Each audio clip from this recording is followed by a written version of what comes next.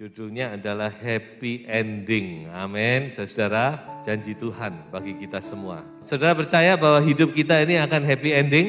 Amin, ya. Saudara harus percaya. Karena firman Tuhan yang bicara itu, bukan saya. Jadi saya percaya di dalam Tuhan kita akan happy ending. Amin. Saya akan mulai dengan membaca 2 buah bagian ayat firman Tuhan. Perhatikan karena ini ayat yang terakhir dari kitab Kejadian dan kitab Yosua. Kejadian 50 ayat 26, kemudian matilah Yusuf berumur 110 tahun, mayatnya dirempah-rempahi dan ditaruh dalam peti mati di Mesir.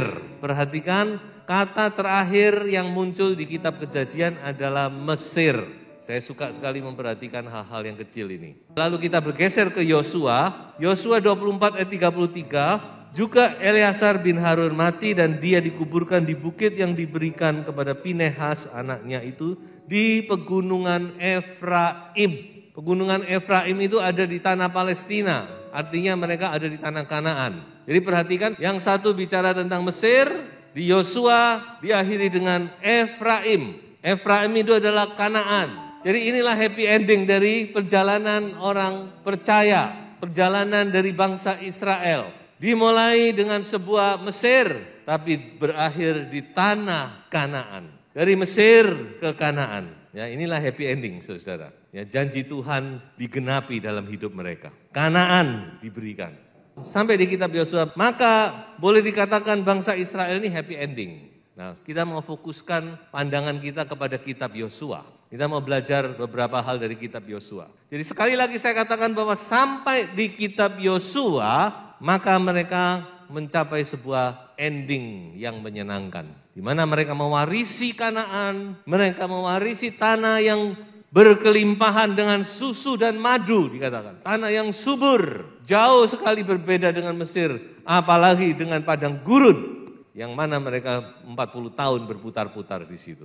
Baik, sekarang saya maju satu langkah lagi. Tadi sudah saya katakan bahwa kita akan melihat tentang kitab Yosua. Nah, saudara-saudara, kalau saudara membaca kitab Yosua, sebenarnya intinya cuma 2. Pas di tengah-tengah dibagi 2. Karena Yosua itu 24 pasal. 12 pasal yang pertama bicara tentang penaklukan tanah Kanaan. Kemudian 12 pasal yang berikutnya bicara tentang pembagian tanah Kanaan. Jadi tanah yang ditaklukkan itu sekarang dibagi kepada 12 suku Israel. Mendapat bagian masing-masing. Nanti kita akan sampai ke sana. Sekarang kita mau melihat ada beberapa hal yang bisa kita pelajari dari pengalaman bangsa Israel ini sampai di kitab Yosua. Yang pertama, yaitu kita melihat bahwa Allah itu adalah Allah yang setia. Haleluya.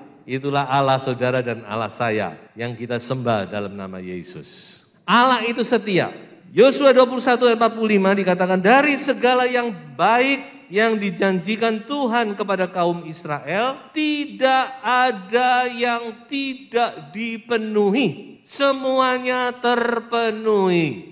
Kalimat ini penting saudara. Menyimpulkan semuanya. Setelah sampai di kitab Yosua, maka dikatakan bahwa semua yang dijanjikan Allah sebelumnya, mulai dari Bapak Abraham sampai kepada mereka itu, semua yang baik yang Tuhan janjikan itu dikatakan tidak ada yang luput.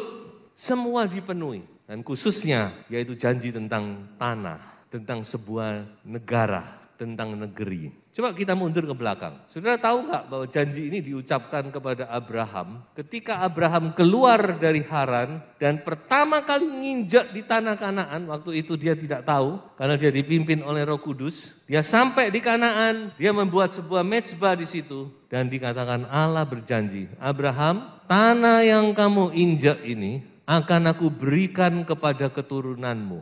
Itu 500 tahun sudah. Abraham waktu itu jangankan bangsa keturunan, anak aja nggak punya. Coba saudara, Allah kita itu betapa luar biasa bukan? Abraham ini tidak punya anak waktu itu. Tapi Allah sudah ngomong, nanti tanah yang kamu injak sekarang ini Abraham, nanti aku berikan kepada keturunanmu. 500 tahun yang lalu Allah berjanji. Dan sekarang di kitab Yosua Allah genapi semuanya. 500 tahun saudara. Apa hubungannya? Jauh sekali bukan?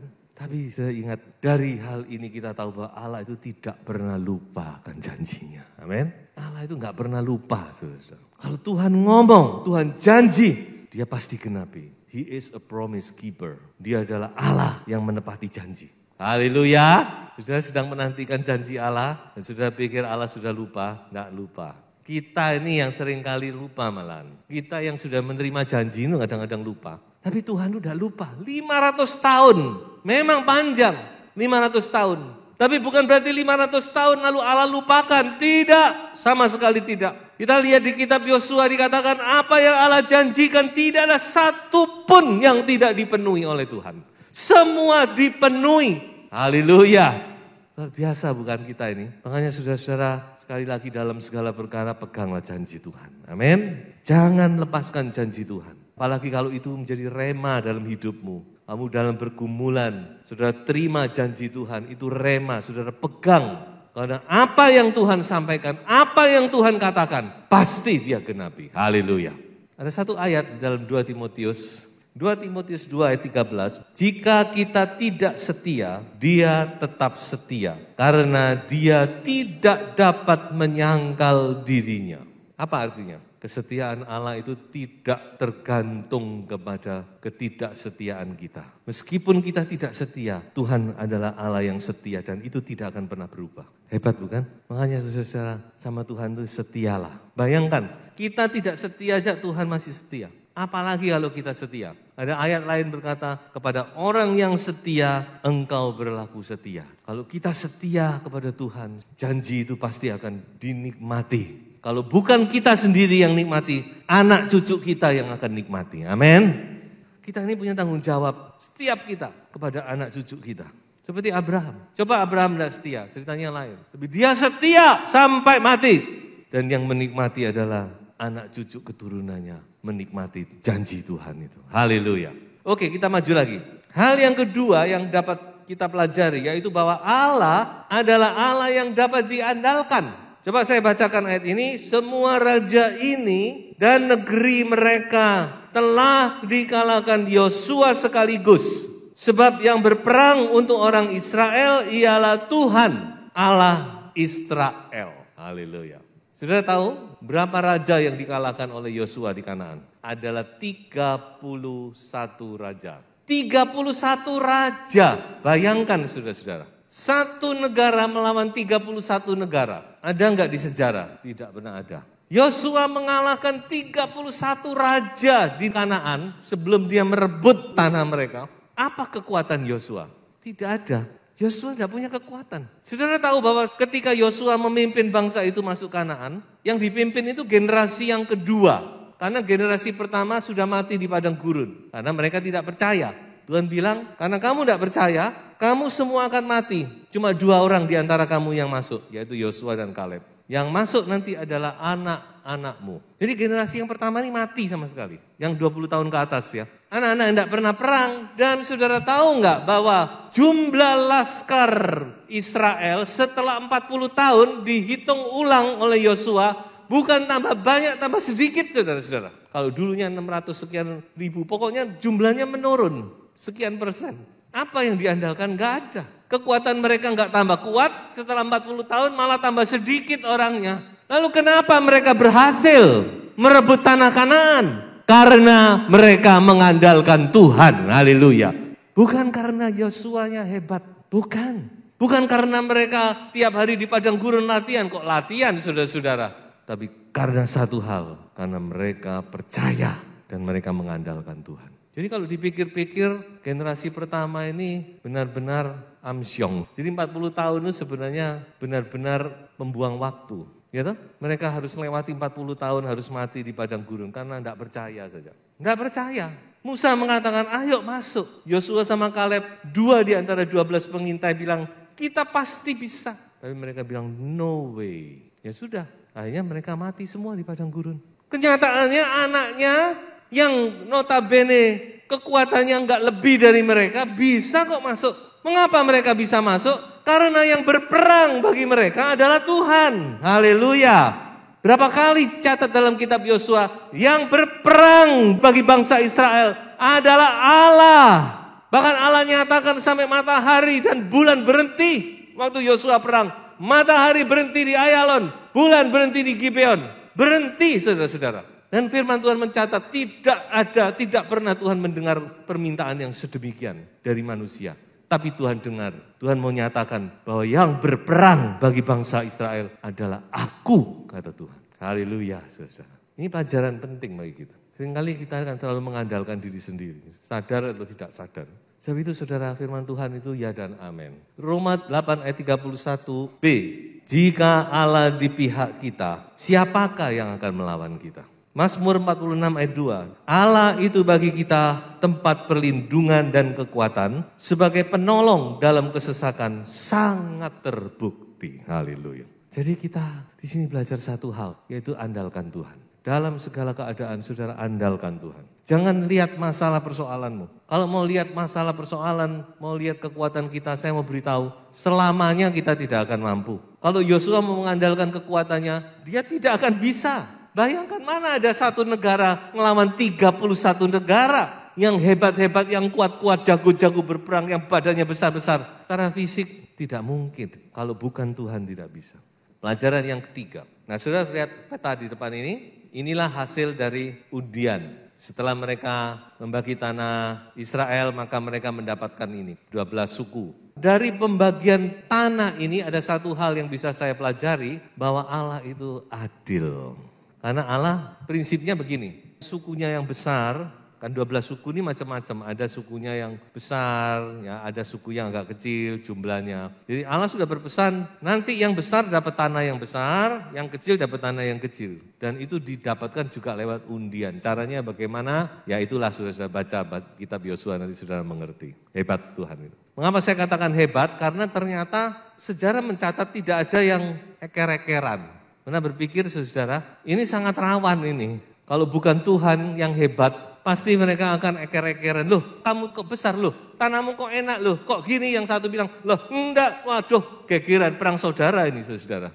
Coba saudara bayangkan ya, zaman sekarang aja bagi warisan aja sulit. Apalagi di 12 anak rekennya ya. Seperti bapak membagi warisan untuk 12 anak, ada yang banyak, ada yang sedikit. Tapi mereka semua bisa menerima dengan baik. Ya, inilah hebatnya Tuhan. Nah, kita harus tahu ada satu prinsip yang kita harus mengerti. Dan prinsip ini tidak boleh dilanggar oleh bangsa Israel. Ini prinsip yang tidak bisa dilanggar. Bahwa mereka tidak boleh menggeser batas tanah itu. Dan kalau saudara baca di kitab Amsal beberapa kali, saudara akan menemukan ayat, jangan menggeser batas tanah sesamamu. Kaitannya dengan ini. Jadi Tuhan bilang jangan digeser, jangan coba-coba kamu menggeser. Walaupun mungkin kita merasa kuat ya, mungkin suku kita tambah lama tambah kuat, tambah hebat. Lalu suku sebelah tambah lama tambah kecil. Wah wis, tobrok wis, kita perluas tempat kita. Waduh, itu urusannya dengan Tuhan. Ya Tuhan itu baik kan, dia melindungi berarti ya. Apa yang Tuhan tetapkan harus selamanya ada di situ. Tidak boleh digeser sampai kapanpun juga. Nah saudara-saudara, apa sih kaitannya dengan kita? Saya sangat percaya prinsip-prinsip yang Tuhan taruh di dalam perjanjian lama itu juga terjadi bagi kita. Saya sangat yakin Tuhan itu punya porsi dalam hidup kita. Tuhan punya porsi, jangankan anak Tuhan. Baca di kitab Bilangan, ketika mereka mau masuk Kanaan, itu kan ada beberapa bangsa dilewati. Ada bangsa Edom, ada bangsa Moab, ada bangsa Amon. Tuhan pesan gini kepada bangsa Israel. Ingat ya, kamu jangan merebut tanah orang Edom. Karena itu aku sudah berikan kepada mereka. Jangan direbut. Tanahnya orang Moab, jangan diotek-otek. Tanahnya orang Amon, jangan kamu otek-otek. Itu sudah bagian mereka. Bayangkan saudara. Ini bukan bangsa pilihan, tapi dilindungi oleh Tuhan. Nah di sini kita harus mengerti, tiap orang punya porsi. Kita hati-hati, jangan merebut porsinya orang.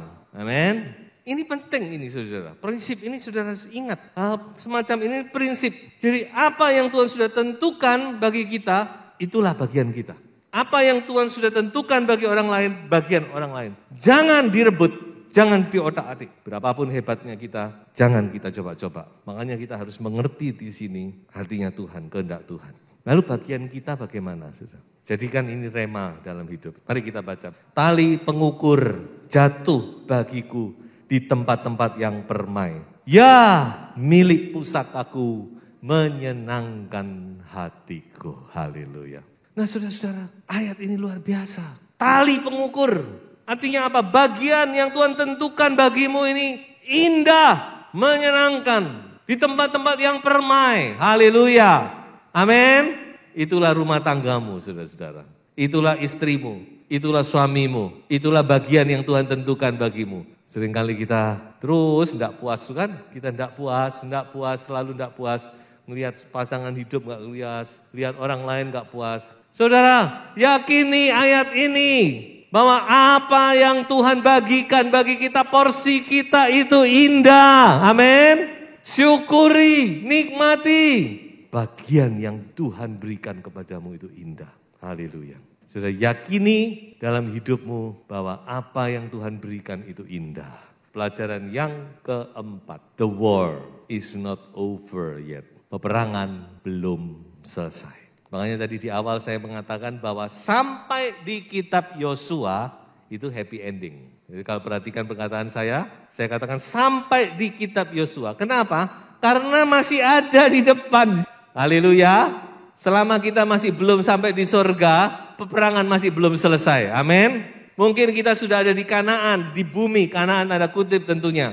Tapi ingat, Kanaan di bumi belum Kanaan di surga. Belum Kanaan yang samawi di surga. Sebab itu, the war is not over. Peperangan ini masih berlanjut. Dan kita lihat ternyata mereka gagal di sini. Itulah manusia ya. Sudah nyaman, sudah enak di Kanaan, zona nyaman. Mereka merasa ya sudah oke. Akhirnya mereka lalai, lengah, malas, tidak bersemangat lagi. Nanti setelah Yosua masuk hakim-hakim sudah lihat bahwa mereka jatuh bangun di situ. Saya mau tunjukkan kepada saudara bahwa kitab Yosua ini diakhiri dengan sebuah perjanjian namanya perjanjian Sikem di pasal 24. Di mana bangsa Israel dibawa oleh Yosua untuk berjanji kepada Allah. Di Sikem. Kenapa kok di Sikem? Rupanya kaitannya dengan Abraham tadi.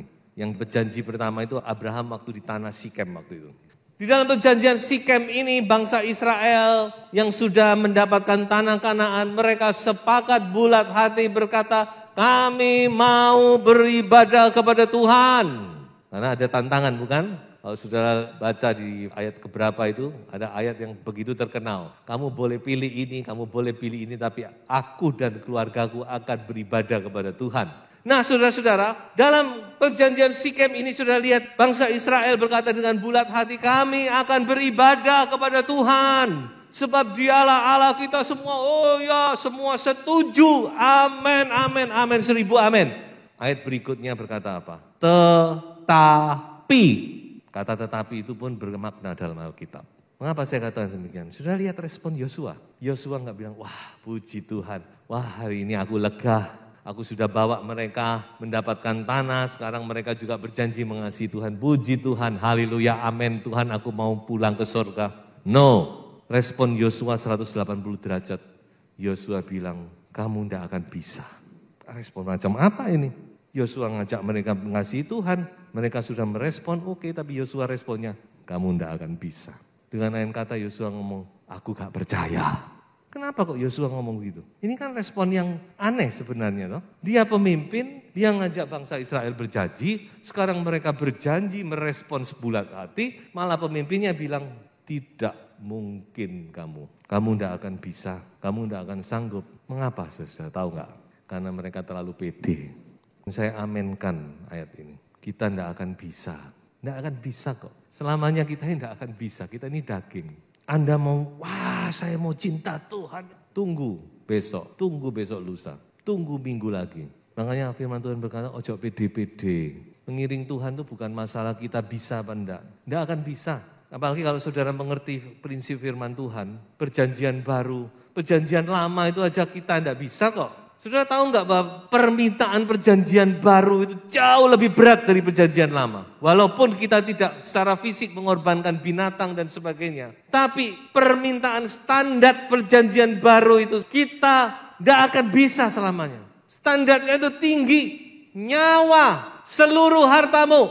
Makanya saudara perhatikan kalau firman Tuhan berkata. Tuhan ngomong sama anak muda, kamu mau selamat, jual seluruh hartamu. Bagikan kepada orang miskin. Bisa nggak? Masih tidak bisa, saudara. Tapi kalau Roh Kudus tolong pimpin kita, bawa kita ke kesempurnaan, satu saat mungkin kita semua bisa. Kalau kamu sungguh-sungguh mengasihi, kasih sampai mati, serahkan nyawamu bagi sahabatmu. Bisa enggak? Enggak bisa. Makanya Yosua ngomong, kamu enggak akan bisa. Ojo pede-pede. Dan saya bersyukur sekali buat penutupan dari kitab Yosua ini. Tadi saya enggak mengerti. Setelah saya renungkan, iya betul ya. Mengapa kok Yosua merespon sedemikian rupa? Karena dia tahu bahwa bangsa Israel tidak mungkin mampu. Bukan cuma bangsa Israel, kita semua sama. Kenyataannya betul. Sampai di kitab Hakim-Hakim jeglek semua. Setelah Yosua mati, 12 suku semua jatuh bangun dalam dosa. Bahkan kitab Hakim-Hakim ditutup dengan hal-hal yang mengerikan. Yang tidak pernah terjadi. Pemerkosaan massal, mutilasi, perang saudara, semua terjadi di situ. Baca kitab Hakim-Hakim. Ngeri. Dan itu terjadi di antara umat pilihan Tuhan. Sebab itu saudara-saudara, happy ending yes, tetapi belum final. Kita masih harus berperang. Dan dalam peperangan yang berikut ini saudara, jangan kita andalkan kekuatan kita lagi. Amin. Karena kita tidak akan mampu. Itulah sebabnya Tuhan kasih Roh Kudus. Ayo kita belajar hidup bersandar Roh Kudus. Hidup dekat dengan Roh Kudus. Hidup punya sebuah persekutuan fellowship dengan Roh Kudus.